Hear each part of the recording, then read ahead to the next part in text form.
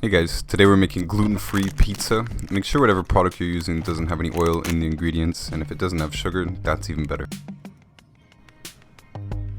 Definitely make sure there's no oil in whatever sauce that you're using, and we recommend a glass container over a can container. And if you can find one that's just tomatoes and salt, that's going to be best for you, especially tomatoes and sea salt. First step is just going to be to get your yeast out and open it up and pour it into a bowl.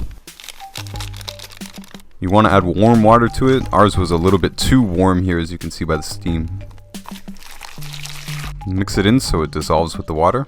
And we're adding 2 eggs here for our 2 pizzas that we're making today. Just whisk the eggs in. Add the flour in thirds or in quarters, or just as long as you're not adding it all at once.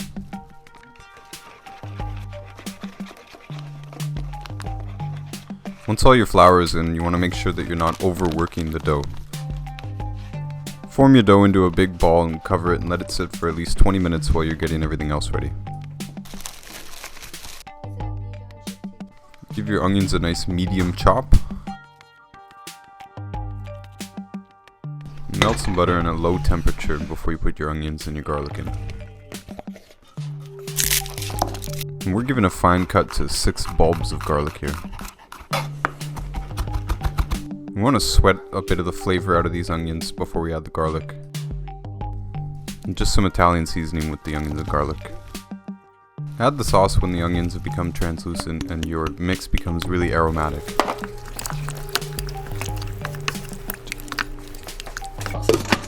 Just reducing it here a little bit thicker.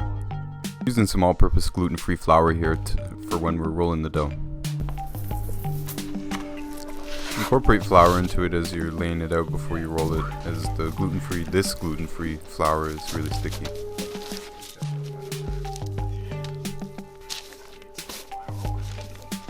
This stuff doesn't act like dough at all.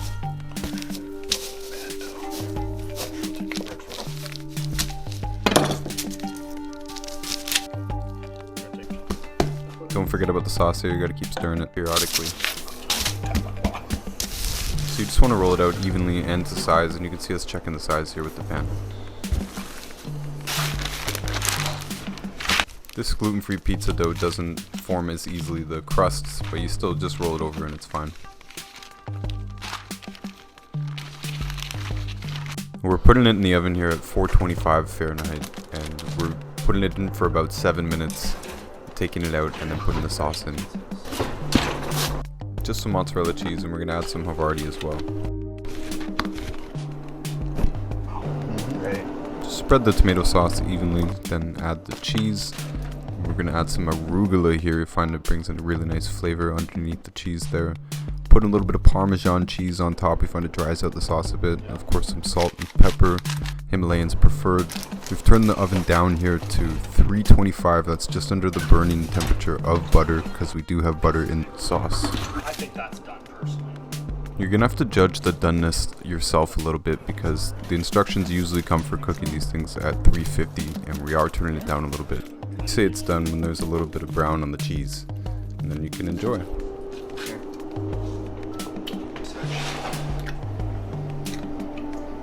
It's better than Domino's.